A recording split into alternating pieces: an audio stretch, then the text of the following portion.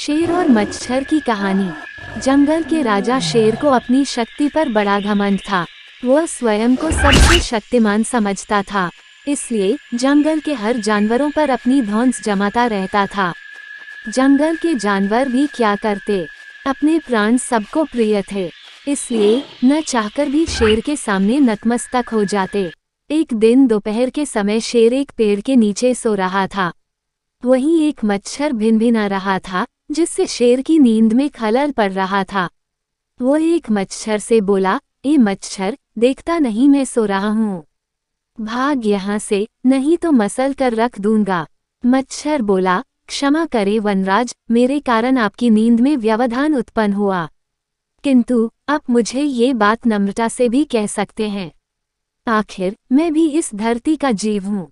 अच्छा, तो तू छोटा सा मच्छर मुझसे जुबान लड़ाएगा? और क्या गल कहा मैंने? तुम मच्छर हो ही ऐसे कि कोई भी तुम्हें यूं मसल दे। मैं तो ये बार बार कहूँगा, क्या बिगाड़ लोगे तुम मेरा? मच्छर को शेर की बात और व्यवहार बहुत बुरा लगा। वो अपने साथी मच्छरों के पास गया और उन्हें सारी बताई। सभी मच्छरों को शेर की बात चुभ गई। उन्होंने तय किया कि इस संबंध में एक बार सब मिलकर शेर से बात करेंगे। सभी मच्छर शेर के पास पहुंचे और बोले, वनराज, हमें आपसे बात करनी है। जल्दी बोलो, मुझे तुम जैसों से बात करने की फुर्सत नहीं है। शेर बोला, वनराज, आप होंगे बहुत शक्तिशाली, किंतु इसका अर्थ ये कतई नहीं है कि आप अन्य जीवों और प्राणियों का मजाक उड़ाएं या उन्हें नीचा दिखाएं। मच्छर बोले, मैंने जो कहा सच कहा। मैं सबसे शक्तिशाली हूँ और मुझे कोई हरा नहीं सकता। घमंड में चूर शेर गरजा। ऐसा नहीं है, अगर आप शक्तिशाली हैं तो हमें भी इतना सामर्थ्य है कि आवश्यकता पड़ने पर हम किसी का भी सामना कर सकते हैं और उसे हरा सकते हैं। हम आपको भी हरा सकते हैं। मच्छर भी चुप न रहे। यह सुनकर शेर हंसते हुए बोला, तुम लोग मुझे हराओगे? तुम लोगों की इतनी हिम्मत कि मेरे सामने आकर ये बात कहो? मेरी शक्ति का अंदाजा नहीं है तुम्हें, अन्यथा ऐसा कभी नहीं कहते। अभी भी समय है, भाग जाओ यहाँ से, नहीं तो कोई नहीं बचेगा। शेर के घमंड ने मच्छरों को क्रुद्ध कर दिया। उन्होंने ठान लिया कि इस शेर को मजा चखा कर ही रहेंगे। वे सारे एकजुट हुए और शेर पर टूट पड़े। वे जगह जगह उसे काटने लगे। वह दर्द से कराह उठा।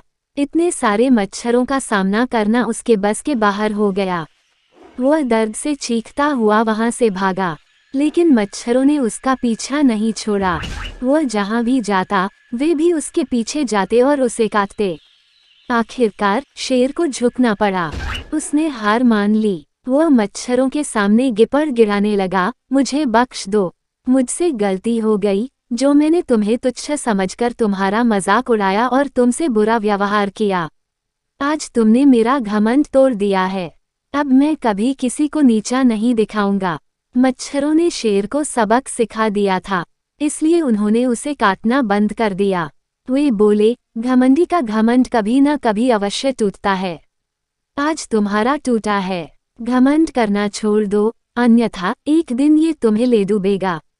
और कभी किसी प्राणी को नीचा मत समझो, हर किसी का अपना सामर्थ्य और शक्ति होती है। शेर तौबा करते हुए वहां से भाग गया। शिक्षा, घमंडी का सिर नीचा।